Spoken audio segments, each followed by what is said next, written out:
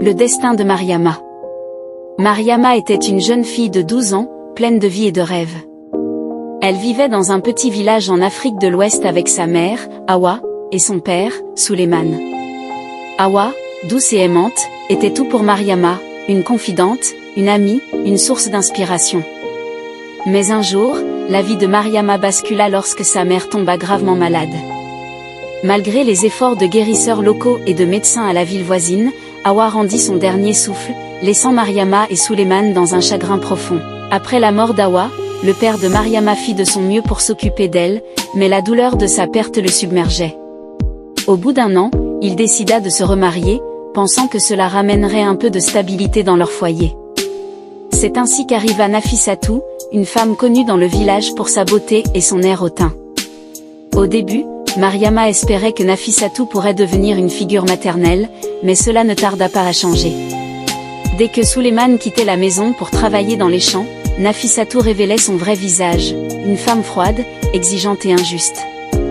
Elle faisait travailler Mariama sans relâche, l'envoyant chercher de l'eau au puits le plus éloigné, laver ses habits sous le soleil brûlant, et souvent, elle la privait de repas sous prétexte qu'elle avait mal fait son travail.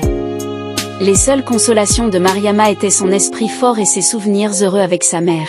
Elle se réfugiait dans ses études, encouragée par son institutrice, Madame Diarra, qui voyait en elle un potentiel immense.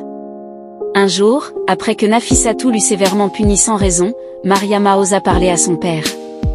Malheureusement, Souleymane, aveuglé par l'apparente gentillesse de Nafissatou, ne la crut pas. Mais Mariama ne baissa pas les bras. Elle savait que sa mère lui avait inculqué une force intérieure qui ne pouvait être brisée. Elle se promit de changer son destin. Elle se concentra encore plus sur ses études, apprenant tout ce qu'elle pouvait à l'école et dans les livres que Madame Diarra lui prêtait. Quelques années passèrent.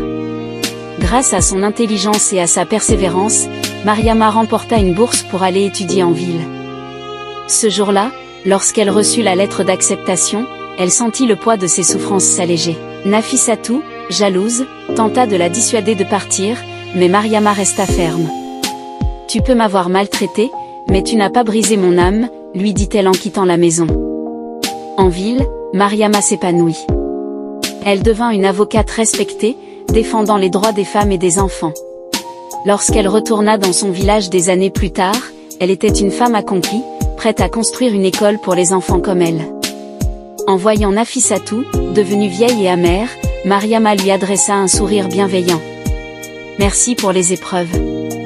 Elles ont fait de moi la femme que je suis aujourd'hui. » Et ainsi, Mariama transforma la douleur de son passé en force pour l'avenir, devenant une source d'inspiration pour tout son village.